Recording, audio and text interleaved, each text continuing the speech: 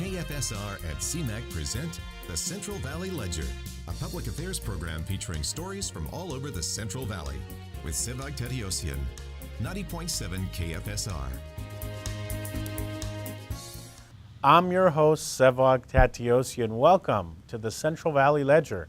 We're recording out of the beautiful downtown Fresno studios of the Community Media Access Collaborative, Fresno Clovis. Today we have a special guest with us via Skype. His name is Bared Maronian. He's in Florida actually, and he will be in Fresno later on this month to talk about a new film, Women of 1915. First of all, Bared, welcome to the program. Thank you, Sevag. It's a pleasure being here. Thank you. So tell us a little bit about yourself. You have been to Fresno before, but what got you into film? What got me into film is when I was growing up, I was really interested in photography, and that's how I really started, still photography. And also I was a big fan of the arts in general, music, theater, and like I said, photography. So if you combine all these three, basically you get film, and that's how I started in film and TV production. As a child, were you always interested in particular film? Tell us a little bit about the first project you worked on. Well, I worked for PBS for over 20 years, actually 21 years to be exact. And I did a lot of, different tasks in PBS, for PBS station actually in Miami here. So, I've done the technical end of it, the creative end of it. So I've done it all. And as far as, my own 100% my own project, the first one was actually the Orphans of the Genocide that we, in fact, premiered it in, the broadcast premiere was in Fresno a few years back.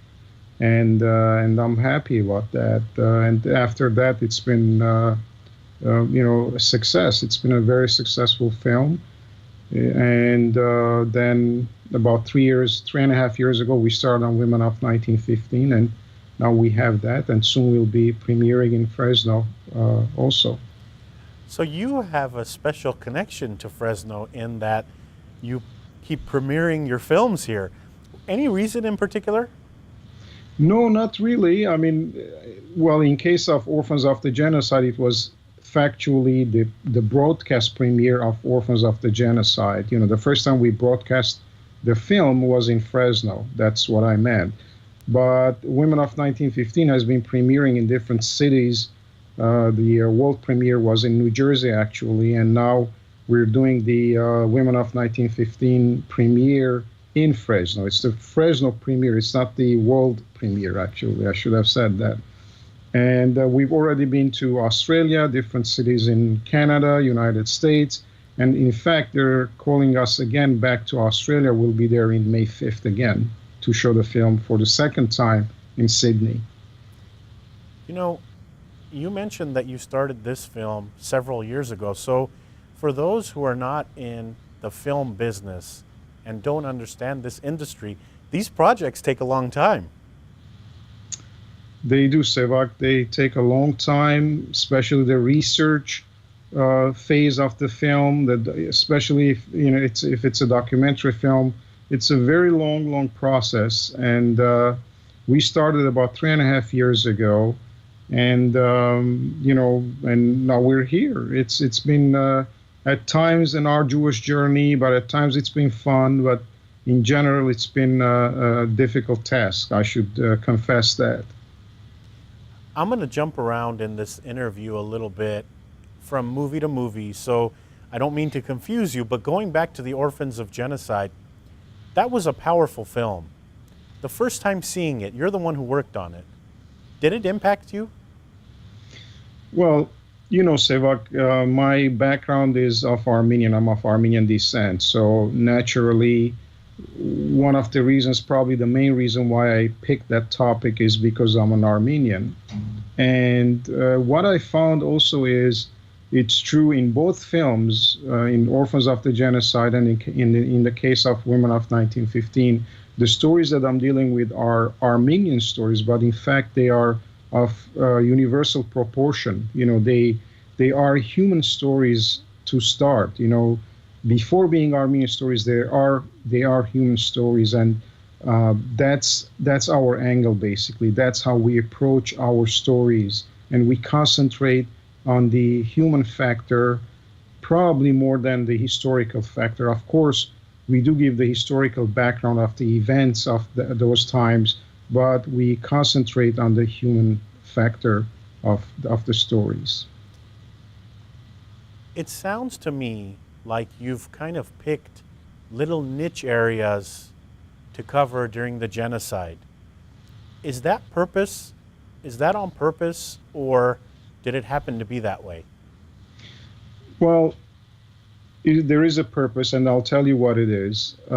Normally, when we hear about a new genocide film or Armenian genocide film, we automatically think that, okay, it's about the same, the same story, the historical facts that happened.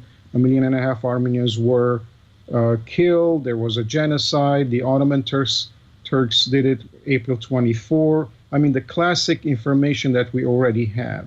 So what I thought is, concentrate on a cross section of the genocide. In the case of Orphans of the Genocide, and it was the children, because I found that the children, they suffered a lot. Probably mostly the children were the ones who suffered because the parents either were dead or they were, the family unit was destroyed basically because of the genocide, and the children were left behind. And, that's why I thought it's worth, digging into that topic and see what really happened during the genocide to these children. What did it mean to be an orphan of the genocide, or a day in the life of the orphan of the genocide? So that's why I decided to do Orphans of the Genocide. And while I was working on Orphans of the Genocide, and got acquainted with these stories of these orphans, how they became orphaned, how they were saved, I realized that every time a child was saved, it was because of a woman. It was a woman mostly who saved the children of the genocide. And so I found another interesting thing. It was true that a lot of the times they were Armenian women who saved these children from the genocide. But then, interestingly enough, I found that there were a lot of non-Armenian women who saved, not thousands, not 10,000s, probably, tens of thousands of Armenian children and women from the genocide. And these women were, interestingly enough, Americans, Canadians, Scandinavians, who flocked into the killing fields of the genocide and saved thousands and thousands, tens of thousands of women and children from the genocide. So I decided to basically put these women, both the Armenian and non-Armenian women, under the spotlight and dedicate a whole film to them. For those who just joined us, our guest this week is Bared Maronian. He is a filmmaker. Later on this month, he'll be showing with community partners, he'll be showing Women of 1915, his latest project. Bared, we have been taught about the Armenian genocide ever since we were younger. My grandfather was in it. You had family members in it. When you're working on projects like this, are you always learning? I mean, as gross as of an event as the genocide was, do you ever learn that it was far worse than what you thought? Well, while I was working on Orphans of the Genocide, and after 3 years of research and the filmmaking and all the aspects of filmmaking, I found that what I found was only the tip of the iceberg as far as the Orphans of the Genocide was concerned. And now, after years of research on women of for women of 1915, I probably found that I found another tip of another iceberg. So there is still a lot to be discovered, a lot to be talked about. I'll give you one example. I can, confess that probably 60 or 70% of what I'm discussing in Women of 1915, I didn't even know them myself only 3 years ago. So it's beyond what we know. It's because the story happened 100 years ago. For one reason or another, the stories were, not told, or they were forgotten, or there was some documentation, but they were, sitting in shelves. Nobody knew about them. So with this film, we were able to tell stories that were never been told before, and I think that's one of the reasons for the success of this film. So Bared, we have a intro to your latest film, Women of 1915, that we are going to play right now, and after the video, let's talk a little bit more about Women of 1915. Here we go. Perched above the vast Armenian plateau sits the majestic Mount Ararat, where God gave humanity a second chance, where a prodigious birth erupted. Out of a red reed, a god was born. Vahag was his name, the god of lightning and thunder, who uprooted evil dragons and shaped the Milky Way. Out of a stream, the goddess Astrik was born. Little Star was her name, the goddess of love and beauty, fertility and water, who begot the red rose and was the guardian of the white dove. In these skies, Vahag seized Astrik's heart. Their love rained peace and harmony upon the Armenian plateau.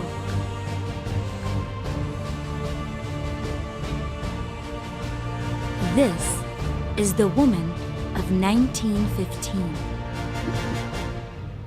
This is where she lived, loved, and prayed with her children. This is where her people built monasteries, communities, schools, and multiplied.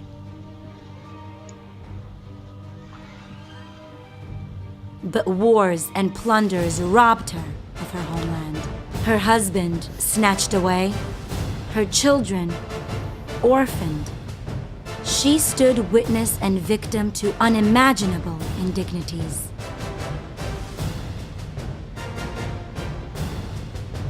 But her resilience remained intact.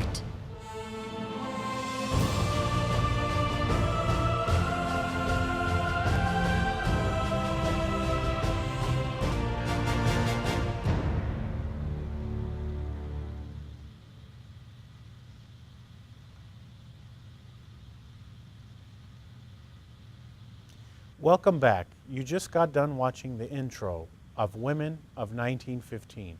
The filmmaker is actually our guest this week. He is joining us via Skype. So Bared, tell us a little bit about Women of 1915. Well, let me first tell you about the opening sequence that you just saw, Sevag. The opening sequence is an animation, of course. The film is not an animation, it's a documentary film. But we chose this way of film, this type of film to start our opening sequence or the film.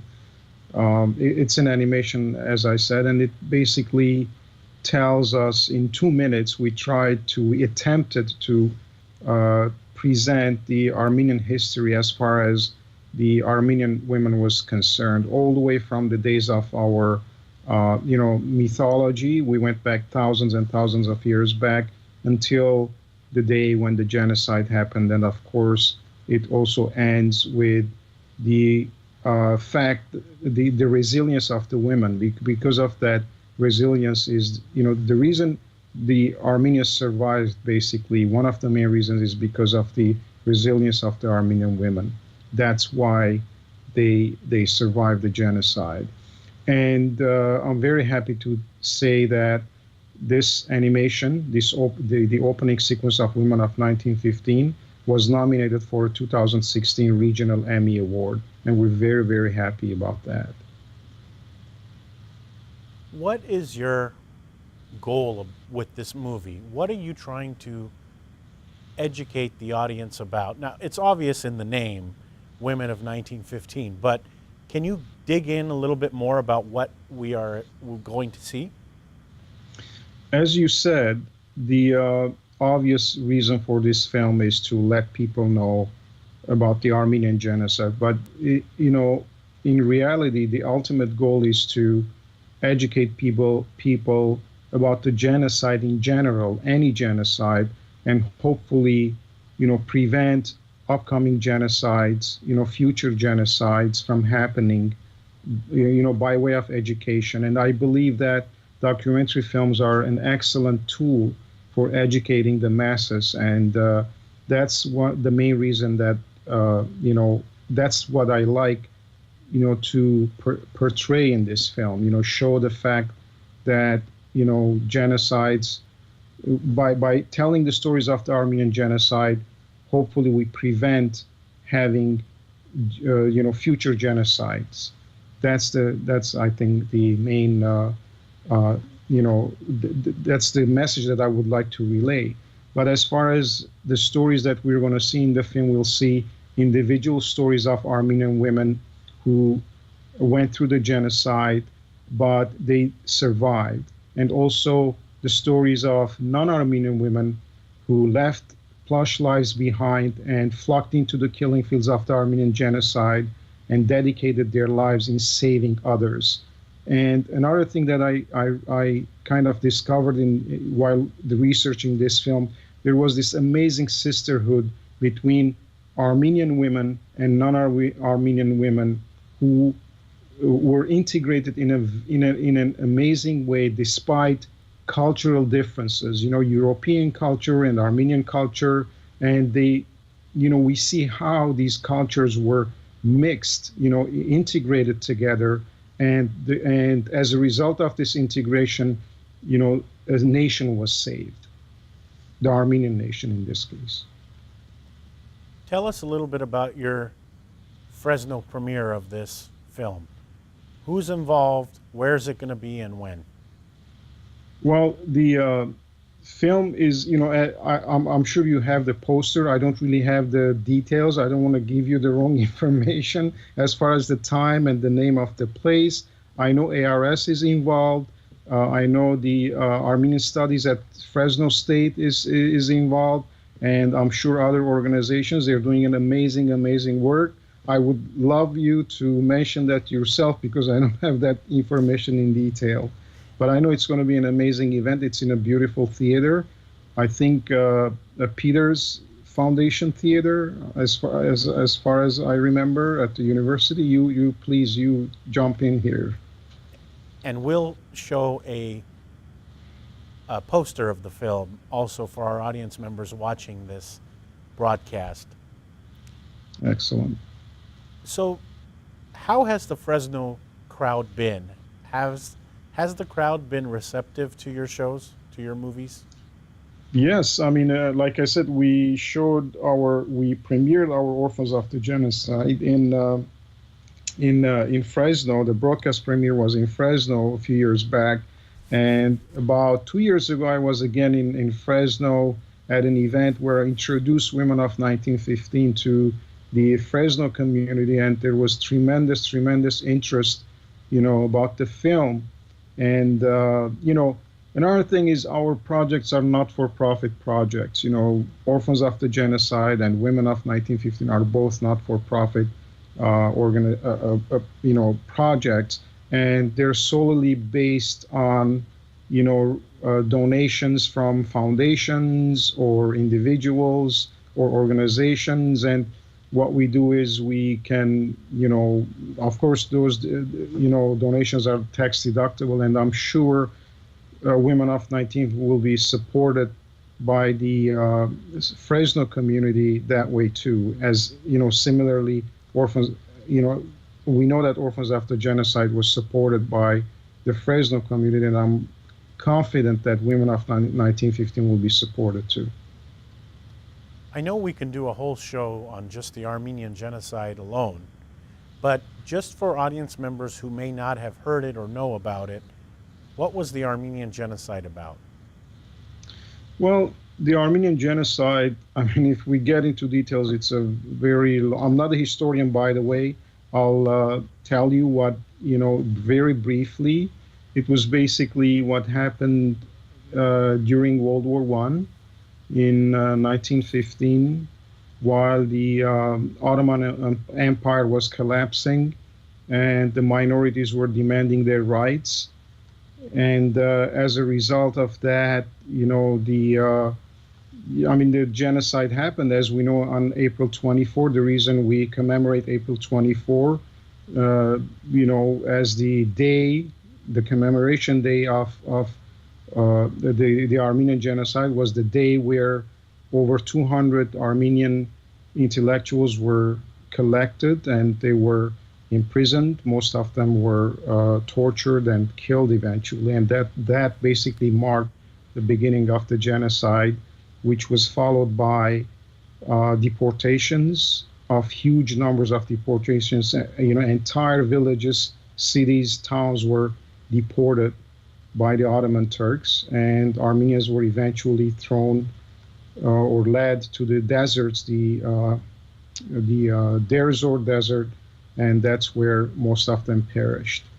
And the ones who survived made it to Aleppo, made it to Lebanon, then to Europe, some to United States, and then, here we are 3 generations later discussing the Armenian genocide.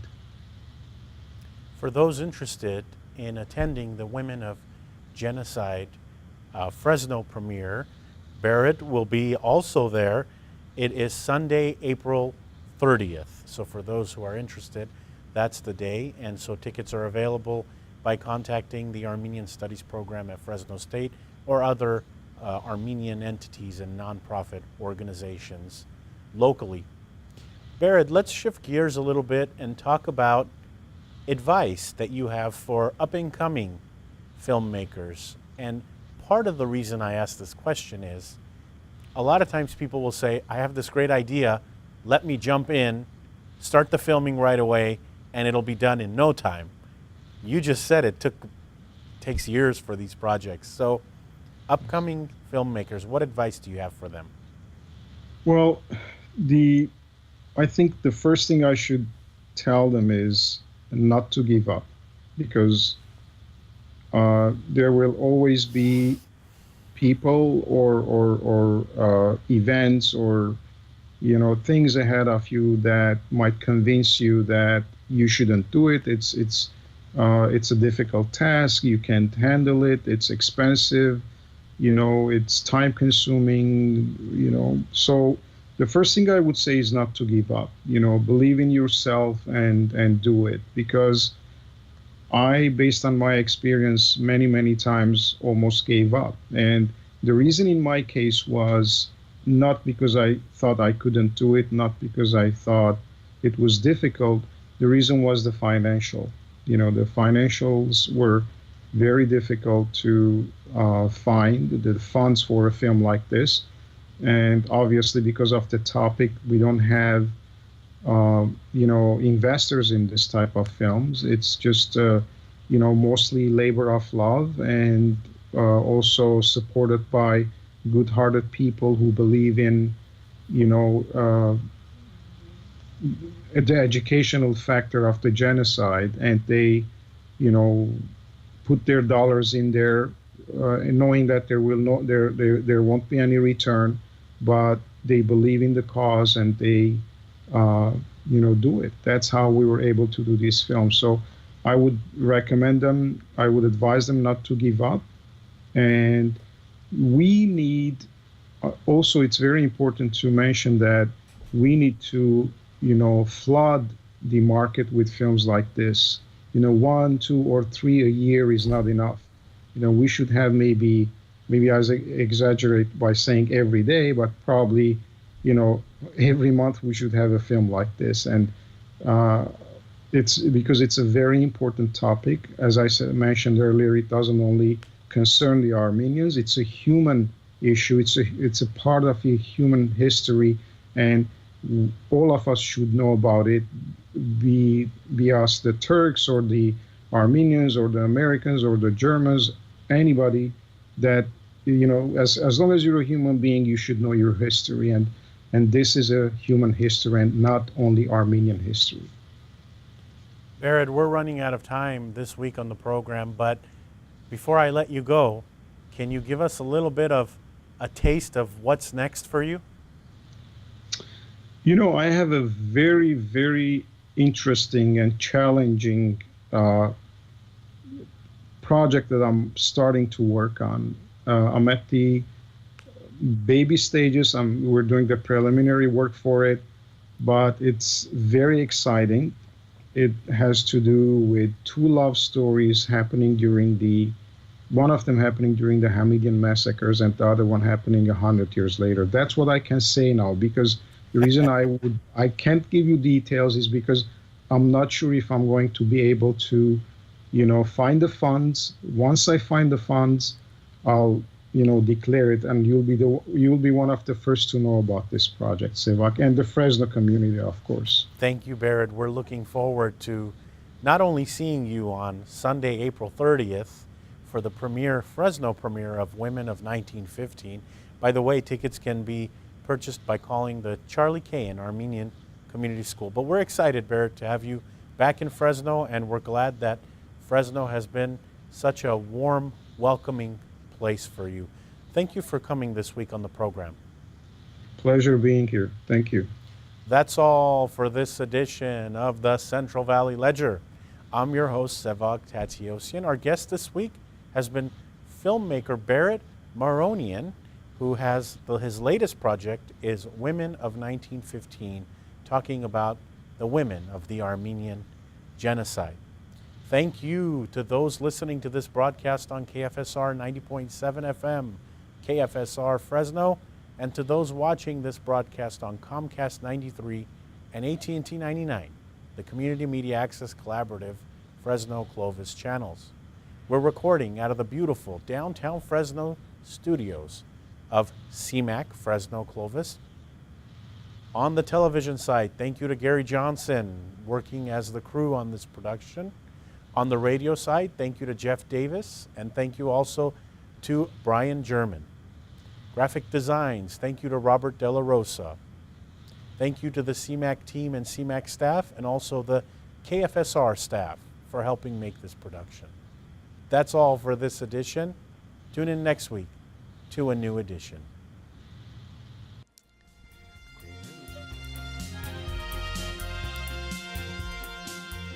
KFSR and CMAC present the Central Valley Ledger every Sunday morning at 11:30.